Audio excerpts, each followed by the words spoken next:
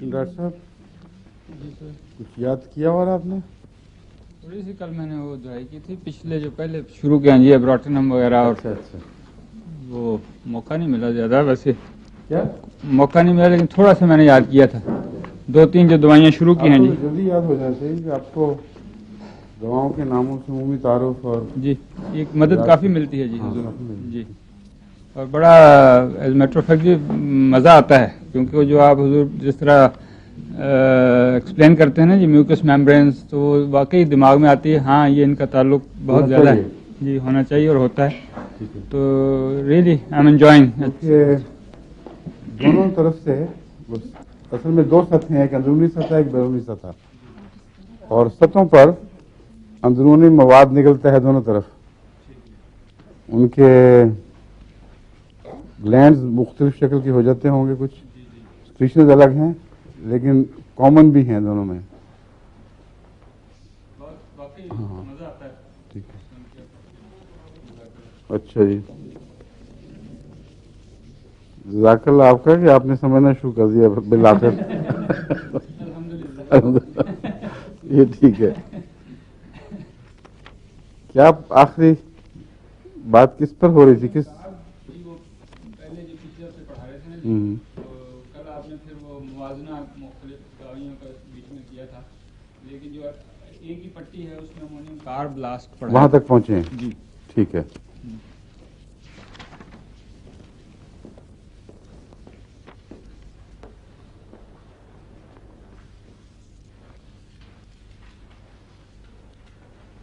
کانوں کے متعلق کسی نے کہا تھا ایمونیم کارب، وہ ٹھیک ہے، مگر میں نے بتایا تھا ایمونیم کارب میں کہ کانوں میں ایمونیم کارب اس وقت استعمال ہوتی ہے جب کانوں میں کرونک بیماریاں یعنی مزمن بیماریاں بیٹھ جائیں اور کانوں کے اندر سے ہر وقت بدبودار مواد، اور خصوصاً اس میں بدبو بہت پائی جاتی ہے، وہ زیادہ یا کم رشتہ رہے، تو مستقل بیماری کی جو حالت ہے اس میں ایمونیم کارب مفید رہتی ہے. عورتوں میں ہسٹیریائی علامتیں بھی اس میں پائی جاتی ہیں، مگر عمومی علامتوں کے ساتھ مل کر اگر ہسٹیریا کا کیس ہو تو پھر اس کو مفید ہوگا. لیکن میں گلینڈز کی بات کر رہا تھا آخر پر کہ اس میں بھی گلینڈز کا سوجنا ایک نمایاں علامت پائی جاتی ہے. اس میں کینسر کے گلینڈز بھی ہو سکتے ہیں، یعنی اس کا دائرہ بہت وسیع ہے کیونکہ کرونک ہے. اس لیے اگر بیماریاں دبا دی گئی ہوں اور گلینڈز میں جا کے بیٹھتے ہیں، لمبا عرصہ تک ان کی طرف توجہ نہ ہو، تو اس کے نتیجے میں گلینڈز کے کینسر بھی بن سکتے ہیں. کینسر کے متعلق یہ یاد رکھنا چاہیے کہ ہم جب کہتے ہیں کہ بعض دفعہ سپریشن کے نتیجے میں کینسر پیدا ہو جاتے ہیں، اس کا جو فلسفہ ہے وہ سمجھنا بڑا ضروری ہے. آپ یہ دیکھیں گے کہ جب بھی دواؤں کو براہ راست بیماریوں کو دبانے میں استعمال کیا جائے، جلد پر مرہم لگائی جائے یا اور ایگزیمے کی دوائی دی جائیں اور ناک کی جھلیوں کو ٹھیک کرنے کے لیے کوئی طاقتور خشک کرنے والی دوائی دے دی جائے، تو عموماً بیماری وہاں ختم نہیں ہو جاتی بلکہ اندر کسی اور جگہ ظاہر ہوتی ہے. اور وہ جراثیم وہ نہیں ہوتے جو بیرونی بیماری میں ذمہ دار تھے. جراثیم اور قسم کے پیدا ہوتے ہیں. جو چیز منتقل ہوتی ہے وہ بیماری نہیں بلکہ وہ کمزوری ہے جو انسان کو دفاع کے قابل نہیں رہنے دیتی. بس اگر جلد پر ایسی کمزوریاں ہیں کہ وہی فضا جس میں ہم سب رہ رہے ہیں ایک بچے پر بہت بد اثر دکھا رہی ہے اور اس کی جلد پر خاص موسم میں اسی فضا میں کئی قسم کی جلدی بیماریاں ظاہر ہو رہی ہیں، تو اس میں جراثیم کا قصور نہیں ہے بلکہ دفاع کا قصور ہے. اب وہ کمزوری جس وجہ سے بھی پیدا ہوئی ہے اس کے بہت سے محرکات اور موجبات ہو سکتے ہیں. ہمیں ان کی تفصیل کا علم ہے نہ آج کل کے ماڈرن طریقوں سے حقیقت میں اندرونی کمزوری کو پن پوائنٹ کیا جا سکے، نشاندہی کی جا سکتی ہے. بعض کیسز میں بعض حد تک ہو جاتی ہے، اس سے آگے نہیں بڑھتی. تو ہومیوپیتھک میں بھی اس کی کوشش نہیں کی گئی کہ کیوں ایسا ہوا، لیکن یہ بات قطعی ہے کہ بعض قسم کی کمزوریاں جلد پر اثر انداز ہوتی ہیں اور جلدی دفاع کمزور ہو جاتے ہیں. اس پر جلد سے تعلق رکھنے والی بیماریاں حملہ کرتی ہیں. اگر جلد کو آپ صحت دے دیں تو وہ جو کمزوری ہے وہ اندر کی طرف منتقل ہوتی ہے، اور عام طور پر لنگز میں یا گلینڈز میں یا انٹرنل میوکس میمبرینز پر حملہ کرتی ہے. اور وہاں جب وہ کمزوری اثر دکھاتی ہے تو کئی اور قسم کے جراثیم جن کا ان سے تعلق ہے وہ پکڑ لیتے ہیں. جب یہاں بیماری سپریس کی جائے مثلا اینٹی بایوٹکس کے ذریعے تو جگر ضرور معاف ہوتا ہے، اور ضرور سے مراد 100% نہیں مگر اکثر صورتوں میں نان ڈسکرپٹ بیماریاں پیدا ہو جاتی ہیں جو جگر کی کمزوری کو ظاہر کر رہی ہیں، جس کا مطلب یہ ہے کہ مسلسل بیماری کا سفر باہر سے اندر کی طرف ہے، اور اگر اس کو ٹھیک کیا جائے پھر زور کے ساتھ تو بیماری کچھ دیر کے بعد غائب ہو کر پھر کہیں اور نکلتی ہے. کینسر میں جس چیز کو سیکنڈریز کہا جاتا ہے اس کا بھی اسی طرح کا رخ ہے. جہاں سے کینسر شروع ہو کر مختلف دوسرے اعضاء میں منتقل ہوتا ہے وہ پہلے سے زیادہ خطرناک ہوتے ہیں، اور وہاں سے اس کو سپریس کر دیں تو پھر اور طرف منتقل ہوگا اور وہ پہلے سے زیادہ خطرناک ہوں گے.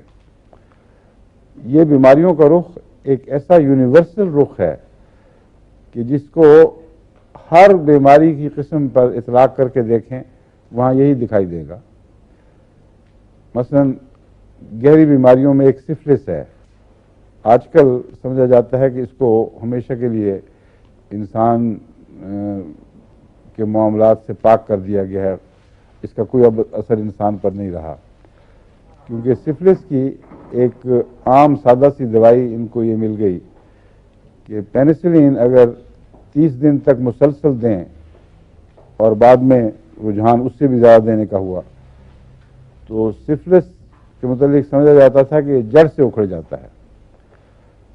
اب سفلس کا اپنا ایک مزاج ہے جو پہلے بعض دوسری دواؤں سے کنٹرول کرنے کی کوشش کی جاتی تھی. ظاہر بات ہے کہ سفلس نسلی اعضاء سے تعلق رکھنے والی چیز ہے. جب وہاں سے ٹھیک کیا جاتا تھا تو سفلس ہڈیوں میں چلی جاتی تھی اور ہڈیوں میں ناسور کوڑیوں کی طرح کے آثار سفلس سے ظاہر ہوتے تھے. ہڈیوں سے اس کو کیور کیا جاتا تھا تو عام ہڈیاں چھوڑ کر ناک منہ کی ہڈیوں پر حملہ کرتی تھی، اور جب وہاں سے اس کو دبایا جائے تو ایسے مریض پاگل ہو جاتے تھے. اور سفلس کے پاگل مشہور ہیں، اس میں کوئی اختلافی مسئلہ نہیں ہے. تمام ایلوپیتھک ڈاکٹر بھی جانتے ہیں کہ یہ رخ ہے اس کا.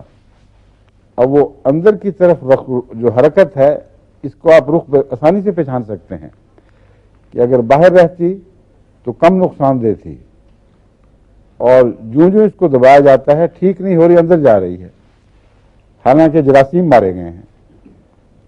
تو سوال یہ ہے کہ کیا جراثیم سے بیماریوں کا آغاز ہوتا ہے یا اندرونی کمزوریوں سے بیماریوں کا آغاز ہوتا ہے؟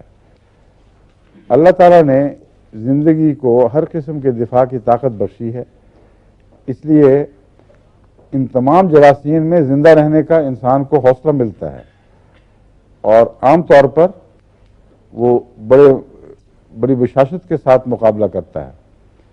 لیکن جو اس کے مزاج میں یا اس کی عادات میں یا اس کی غذاؤں میں یا اس کی دواؤں میں تبدیلیاں پیدا ہوتی رہتی ہیں، وہ بعض جراثیم کے مقابلے کی طاقت کھوتا چلا جاتا ہے.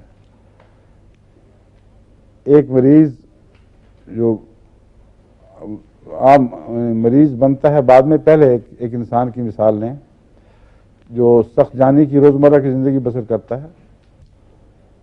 اور اس کو بعض بیماریاں لاحق ہی نہیں ہوتی، اس کو پتہ ہی نہیں وہ بیماریاں کیا ہیں، لیکن وہی مریض جب تن آسانی کی زندگی بسر شروع کر دے تو بعض بیماریاں اس کو لاحق ہو جاتی ہیں۔ تو انسانی صحت توازن کا نام ہے، جس میں جسم کے تمام عضلات وہ حرکتیں جو ان کے ساتھ وابستہ ہیں، جن کی طاقتیں ان کو ملی ہوئی ہیں، ان کو چھوڑ نہ بیٹھیں۔ اب ایسے کیسز ہیں ہمارے سندھ میں بھی جو خانہ بدوش ہیں، ان کے متعلق مجھے بعض لوگوں نے جنہوں نے خود ایسے واقعات دیکھے بتایا کہ خانہ بدوش عورت ہے جو آخری وقت تک بچہ پیٹ میں ہے، آخری وقت تک ایک بچہ پیچھے پہ لادا ہوا، اور وہ کپاس چن رہی ہے اور سارے کام کر رہی ہے، اور کچھ دیر کے بعد وہ جھاڑی میں غائب ہوئی اور ایک دوسرا بچہ اٹھا کے لے آئی، اور اس کو کوئی تکلیف نہیں ہوئی۔ چند منٹ کی، آدھے گھنٹے کی جو بھی تکلیف قدرتی ہے وہ بھی محدود حد تک، اور یہ ہمارے ایسے لوگوں نے مجھے بتایا ہے جو ان سے واسطہ رکھتے ہیں، منشی کے طور پر ان پہ نگران رہتے ہیں، کہتے ہیں یہ واقعہ ہو جاتا ہے۔ اور مجھے تعجب ہوا، ایک دفعہ کینٹ میں بھی میں نے کہیں پڑھا کہ امریکہ میں بھی اس کے تجربے میں یہی بات آئی کہ بعض سخت مزاج قومیں، مثلا وہ ریڈ انڈینز ہیں، ان میں یہ چیز کوئی اہم مسئلہ نہیں رکھتی۔ اب بائبل میں آپ نے پڑھا ہوگا کہ اللہ تعالیٰ نے گناہ کی یہ سزا دی کہ عورتیں درد سے بچہ جنیں گی، ایک سزا یہ تھی، اور اس کو ہم اپنے اختلافی مسائل میں نمایاں طور پر اٹھاتے ہیں۔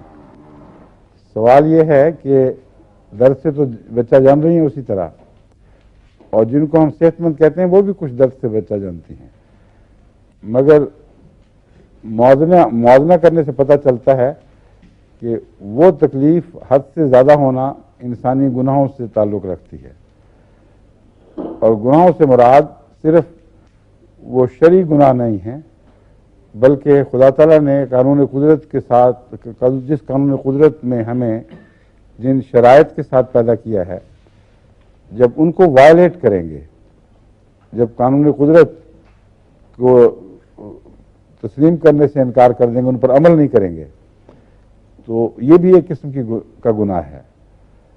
اور سوسائٹیاں جب اپنے مزاج بدلتی ہیں، روزمرہ کے کاموں سے اجتناب کرتی ہیں، امیر طبقے کے لوگ زیادہ تر آسان ہو جاتے ہیں، تو ان کے لیے یہ روزمرہ کی باتیں بہت بڑی سزائیں بن جاتی ہیں۔ اس لیے یہ عمومی مزاج ہے انسان کا، جس کو پیش نظر رکھ کر ہم جراثیم پر دوبارہ آ کے دیکھتے ہیں وہ کیا اثر دکھاتے ہیں۔ ایک گھر میں ہم نے دیکھا ہے 2-3 سیل کے مریض ہیں، مگر ایک شخص کو کوئی سیل کا اثر نہیں ہے، اور وہ ان کے ساتھ اسی طرح بے تکلف پھرتا ہے۔ ہمارے گھر کی مثال ہے، ہمارے بڑے بھائی جان حضرت مرزا عزیز احمد صاحب مرحوم کی ایک شادی اپنے خاندان میں ہوئی ایما میں، اور وہاں سارے خاندان میں سلی امراض کی کچھ مختلف شکلیں پائی جاتی تھیں۔ ان کے 2 بیٹے یکے بعد دیگرے، مبارک اور مرزا سعید احمد صاحب، یہ سل سے فوت ہوئے۔ ان کی دوسری شادی حضرت میر محمد اسحاق صاحب کی صاحبزادی آپا نصیرہ، ہم کہتے تھے عزیزہ نصیرہ بیگم صاحبہ سے ہوئی، اور حضرت میر صاحب کے خاندان میں کوئی سل کا مادہ نہیں ہے، نہ وہ رجحان کہیں دکھائی دیا ہے۔ اب آپ ان بچوں کی اس طرح پرورش کرتی تھی جیسے ماں کو بھی توفیق نہ ملے، ان کے سانس اپنے سانسوں میں لینا، ان کی بیماریاں دور کرنا دن رات، اور سب لوگ ڈرتے تھے کہ ان کو پتہ نہیں اب کیا ہو جائے گا، لیکن اللہ تعالیٰ کے فضل سے لمبی عمر پائی۔ سل کی بیماری کا کبھی کوئی اثر ظاہر نہیں ہوا۔ دل کی تکلیف بعد میں بڑھ گئی، اور دل کی تکلیف اور خون کی رگوں سے تعلق رکھنے والی تکلیف اس خاندان میں پائی جاتی ہے۔ تو خاندانی کمزوریاں بعض دفعہ اولاد میں بھی کمزوریوں کی صورت میں منتقل ہوتی ہیں، اور براہ راست ہر شخص کا ذاتی گناہ بھی ضروری نہیں۔ بس بائبل میں جو گناہ کے آگے منتقل ہونے کا معاملہ ہے وہ روحانی گناہ کا نہیں ہے، بلکہ جسمانی گناہ کا ہے، اور وہ بھی لازم کے طور پر نہیں، اس سے بھی شفا پا جاتے ہیں لوگ، اور پھر ایسی نسلیں ہیں جن میں پھر کچھ بھی اثر باقی نہیں رہتا۔ تو جسمانی گناہ باز یعنی قانون قدرت کی خلاف ورزیاں آگے منتقل ہوتی ہیں، اور ان سے نجات پانے کے لیے ان کو سمجھنا ضروری ہے، ان کا بنیادی علاج ضروری ہے۔ بس سفلس کی مثال میں نے آپ کو دی تھی کہ بیماری اندر کی طرف جا رہی، یہ بھی ایک قسم کا کینسر ہے، اور جب یہ بڑھ جائے اور ایک ایسی جگہ بیماری حملہ کرے جو انسانی زندگی کا مرکز ہے، جہاں اس نے دفاع کرنا ہے، وہ اگر ہار جائے تو پھر اس کوئی جسم علاج کی طرف متوجہ ہی نہیں ہوتا۔ اس کے اندر ایک باغیانہ روح پرورش پا رہی ہے اور اس کو کوئی فرق نہیں پڑتا، اس میں طاقت نہیں کہ اس کو دبا سکے۔ اس کا روحانی نام شیطان ہے۔ بس کینسر کو میں ہمیشہ شیطان کے مشابہ سمجھتا رہا ہوں، اور جتنا میں نے غور کیا ہے شیطانی والی علامتیں اس میں پائی جاتی ہیں۔ قانون روحانی سے بغاوت شیطانیت ہے، اور قانون جسمانی سے بغاوت کینسر ہے۔ بس آپ نے اگر قانون جسمانی کو استعمال نہ کیا اور اس کے سامنے سر جھکا دیا اور بیرونی طریق سے بیماری کو دبانے کی کوشش کی، تو وہ جو قانون قدرت موجود تھا جس سے آپ نے استفادہ نہیں کیا، وہ بیکار ہو جاتا ہے۔ اس طرح بچے کو گودی میں اٹھائے پھریں تو اس کی ٹانگیں آخر جواب دے دیں گی، ساری عمر اٹھائے پھریں، کھڑا کر کے دیکھیں کبھی بھی نہیں کھڑا ہو سکتا، ربڑ کی طرح ٹانگیں ہوں گی۔ تو ایک حصہ نظام دفاع کے نظام کا آپ نے نظر انداز کیا اور وہ حصہ مفلوج ہو گیا، نیچے اتر گئے، دوسرا حصہ مفلوج ہوا، تیسرا حصہ مفلوج ہوا، یہاں تک کہ نظام دفاع میں اپنی پوری قوت اور اعتماد کے ساتھ بیماریوں کا مقابلہ کرنے کی صلاحیت کمزور پڑ گئی۔ یہ بیماری جب آخری درجے تک پہنچتی ہے تو پھر یہ کھل کھیلتی ہے نظام سے، منکر ہو چکی ہے، باغی ہو چکی ہے، کہتی ہے جو چاہے کرنا کر لو میرا، اور جتنا زور سے دبانے کی کوشش کرتے ہیں اتنا ہی شدت کے ساتھ یہ رد عمل دکھاتی ہے، جو شیطانی وصف ہے۔ بغاوت جس کو کہتے ہیں وہ کینسر میں پائی جاتی ہے، اور کنٹرول اس حد تک اٹھ جاتے ہیں کہ نارمل طریقے پر جو خدا تعالیٰ نے کنٹرول کے لیے نظام مقرر فرمایا ہے وہ کام نہیں کر رہا۔ امر واقعہ یہ ہے کہ ہر جسم کے خلیہ میں اللہ تعالیٰ نے بڑھنے کی اور نشو و نما کی طاقت بخشی ہے، اور وہ دو طرح سے استعمال ہوتی ہے، ایک جسم کی افزائش کے لیے اور جسم کی صلاحیتوں کی افزائش کے لیے۔ ایک عمر تک اس طرح وہ بڑھنے کی صلاحیت کام دکھاتی ہے۔ بچہ پہلے سے بڑا ہو رہا ہے، اس کی آنکھ بڑی ہو رہی ہے، اس کی صلاحیتیں بڑھ رہی ہیں، اس کے دل میں طاقت ہے، اس کے مسلز اور بن رہے ہیں، دماغ کی جو ساخت ہے اس میں سیل موجود ہیں لیکن وہ زیادہ نشو و نما پانے لگ جاتے ہیں۔ ایک حد کے بعد جسم کے اندر خدا تعالیٰ نے کمپیوٹرائزڈ پیغام رکھے ہوئے ہیں کہ اب یہ بڑھوتی بند کر دو اور صرف ریپیئر کا کام کرو۔ جتنی گھسائی پٹائی ہو رہی ہے اس حد تک جتنا عضو میں کمی آئی ہے وہ مکمل کرتے جاؤ۔ اب ہمارے دانت روزمرہ گھس رہے ہیں، آپ کو پتہ ہی نہیں لگ رہا کہ کتنے گھستے ہیں، اور اس کے باوجود ان کا سائز وہی رہتا ہے، نہ بڑھتا ہے نہ کم ہوتا ہے۔ یہ جو دوسرا فیز ہے، اس فیز میں عموماً انسان اپنی زندگی کا اکثر حصہ صرف کرتا ہے۔ پھر ایک تیسرا فیز آتا ہے کہ جب گھسائی پٹائی مرمت سے آگے نکل جاتی ہے، اور پھر جسم کے اندر جو خلیے ٹوٹ رہے ہیں، انرجی پیدا کر رہے ہیں، ان کی صفائی کا نظام کمزور پڑ جاتا ہے، ان کی ریپیئر کا نظام کمزور پڑ جاتا ہے، تو وہ ٹاکسینز، وہ زہر جن کو اس درمیانی حالت میں جسم از خود نکال رہا تھا، وہ جسم کے اندر موجود رہتے ہیں۔ یہ بڑھاپے کی طرف کا جھکاؤ ہے، اور جوں بڑھاپے کی طرف جائیں گے یہ ریپیئر ورک کمزور ہوتا جائے گا، اور جسم میں ہر قسم کے عوارض، کہتے ہیں 100 بیماریوں کا نام بڑھاپا ہے، پھر وہ بڑھاپے میں یہ چیزیں شروع ہو جاتی ہیں۔ اس کو مینٹین کرنے کے لیے درمیانی زندگی کے آپ کے عادات و اطوار بہت نمایاں کام کرتے ہیں اور وہ فیصلہ کن ثابت ہوتے ہیں.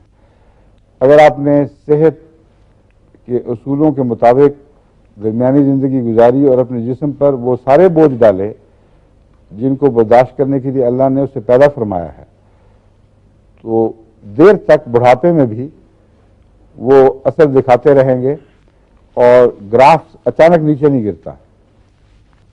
بعضوں کا گراف اچانک گرنا شروع ہو جاتا ہے، بلکہ جوانی کے درمیانی دور میں بھی وہ پہلے ہی وہ انحطاط پذیر ہو چکا ہوتا ہے. ایسے لوگوں کے لیے بڑھاپا جلدی آتا ہے، بیماریاں جلدی اس پر قبضہ کرتی ہیں. تو یہ 3 دفاعی نظام ہیں جو اللہ تعالیٰ نے اس طرح پیدا فرمایا کہ ہر سیل میں بڑھوتی کی طاقت بخشی ہے اور اس بڑھوتی کی طاقت کو جسم بڑھانے کے لیے ابتدا میں استعمال فرمایا. پھر ایسے اندرونی پیغامات اس کو عطا کیے جو اپنے وقت پر آ کر ایک دم پھول کی طرح کھل جاتے ہیں اور وہ حکم دیتے ہیں کہ اب تم نے مسلسل نہیں بڑھانا بلکہ محدود طریق پر اتنی ہی بڑھوتی کرنی ہے جتنا نقصان پہنچ رہا ہے. پھر اس حصے کو آخر پہ پیغام ملتا ہے کہ اب تم تھک گئے ہو، کافی ہو گئی ہے، اب ذرا ہلکا ہو جاؤ. تو پھر جو گھس گیا وہ گھس گیا، جو زائل ہو گیا وہ ضائع جاتا رہا. اس طرح انسانی جسم کام کرتا ہے. اب جہاں بغاوت پیدا ہو جائے وہاں پہلا پیغام ہی وہ جسم کے خلیے اور سیل اس پکڑ کے بیٹھ جاتے ہیں. وہ کہتے ہیں ہمیں بڑھوتی کے لیے پیدا کیا ہے، ہم دوسرے نظام کا حکم نہیں مانیں گے. یہ ادنا نظام ہے، ہم اعلیٰ نظام کی پیداوار ہیں، ہم بڑھوتی کی خاطر.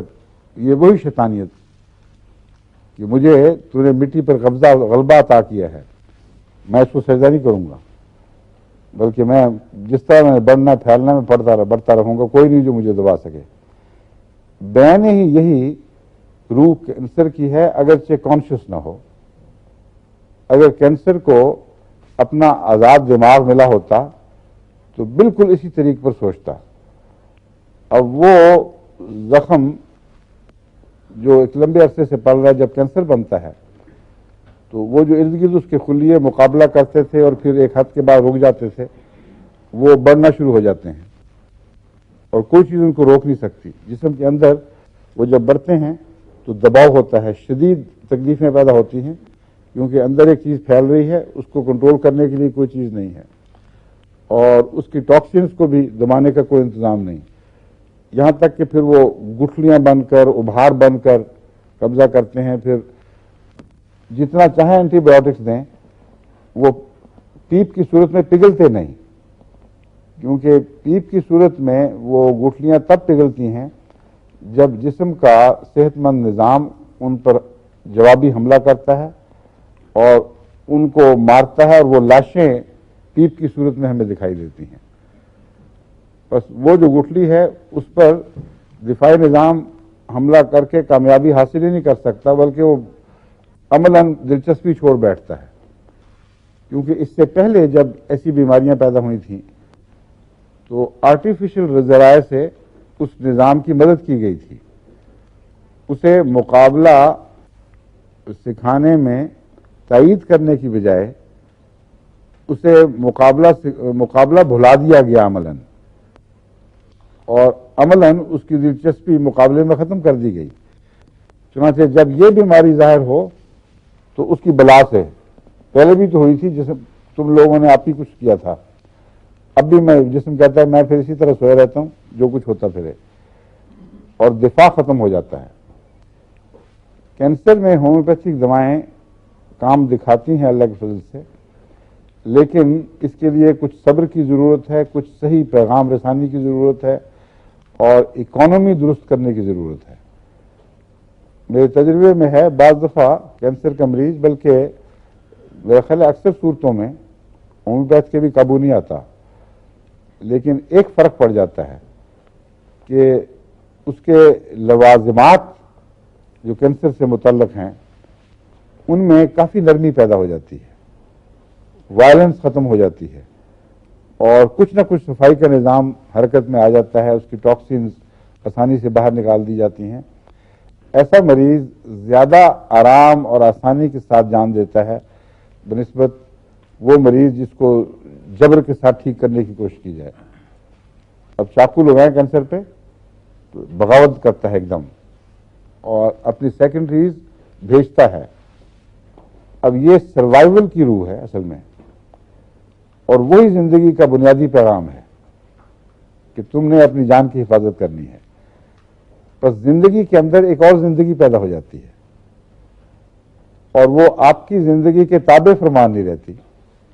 اس لیے ایک نیام میں دو تلواریں سمانے کی کوشش کی جاتی ہے، اور بغاوت کی تلوار اس لیے کامیاب ہوتی ہے کہ پہلے ہر دفعہ آپ نے جو دبانے کا نظام تھا اس کو تقویت دینے کی بجائے اسے کمزور کیا، اور اس کی صلاحیتیں ختم ہو گئیں۔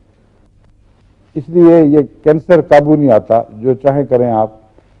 جب دبانے کی کوشش کرتے ہیں یہ سیکنڈریز بھیجتا ہے، اور سیکنڈریز وہاں بھیجتا ہے جو پہلے سے زیادہ گہری بیماریاں پیدا کرنے والی ہیں یا گہرے بنیادی اعضاء ہیں۔ بس دماغ کی سیکنڈریز کڈنیز میں ظاہر نہیں ہوں گی، دماغ کی سیکنڈریز لنگز میں ظاہر نہیں ہوں گی، مگر کڈنیز کی سیکنڈریز یعنی ثانوی طور پر کینسر کے اثرات ظاہر جو ہوتے ہیں ان کو سیکنڈریز کہتے ہیں، وہ کڈنی سے لنگز کی طرف، لنگز سے دماغ کی طرف حرکت کریں گے۔ اسی طرح ان کے کچھ رستے مقرر ہیں، ہر کینسر کا ایک رستہ نہیں ہے۔ بعض کینسر کا دماغ سے کوئی تعلق نہیں ہے، وہ دماغ پہ حملہ ہی نہیں کرتے، اور ڈاکٹروں کو پتا ہوتا ہے کہ یہ کینسر جب دبایا جائے گا تو کہاں حملہ کرے گا۔ تو یہ جو کینسر کے روٹس ہیں ان کو چارٹ آؤٹ کرنا چاہیے، اور ان سے ان کینسروں کی یعنی کینسر کے بنیادی مزاج کو سمجھنے میں آپ کو سہولت ہوگی اور فائدہ پہنچے گا۔ دوسرے یہ کہ ہو سکتا ہے ان اعضاء کی بیماریوں کی اگر آپ کو اچھی پہچان ہے اور یہ پتا ہے کہ کینسر وہاں سے حرکت کر کے وہاں پہنچتا ہے، تو ان دواؤں میں اس کینسر کا علاج ہوگا۔ مثلا وہ کینسر جو دماغ پر حملہ نہیں کرتے، اس کا مطلب میرے ذہن میں یہ بنتا ہے کہ دماغ پر حملہ کرنے والی جتنی دوائیں ہیں، یعنی جتنی بیماریوں کی دوائیں ہیں، ان کو ایک طرف رکھ دیں، ان میں غالباً اس کی دوا نہیں ہوگی۔ اور اگر وہ جگر پر آ کر ختم ہو جاتا ہے یا لیمفیٹس گلینڈ پر آ کے ختم ہو جاتا ہے، تو وہ بیماریاں جو وہاں تک پہنچتی ہیں اور ان کے علاج کی دوائیں، ان پر آپ کو غور کرنا چاہیے۔ تو اب آپ کو میں نے یہ سمجھایا کہ جب ہم کہتے ہیں کہ بیرون سے اندرون کی طرف حرکت ہے بیماری کی، اور ہر وہ دوا جو بیرون کو درست کرے اور اندرون کو خراب کرنے میں ممد ہو، وہ نقصان دہ اور خطرناک ہے۔ تو اب آپ کو سمجھ آ جائے گی کہ کیا مراد ہے۔ یہ ہرگز مراد نہیں کہ کیڑے جو باہر کے تھے وہی اندر پہنچ گئے ہیں، کیونکہ وہ کیڑے بالکل اور قسم کے ہوتے ہیں جو حملہ آور ہوتے ہیں۔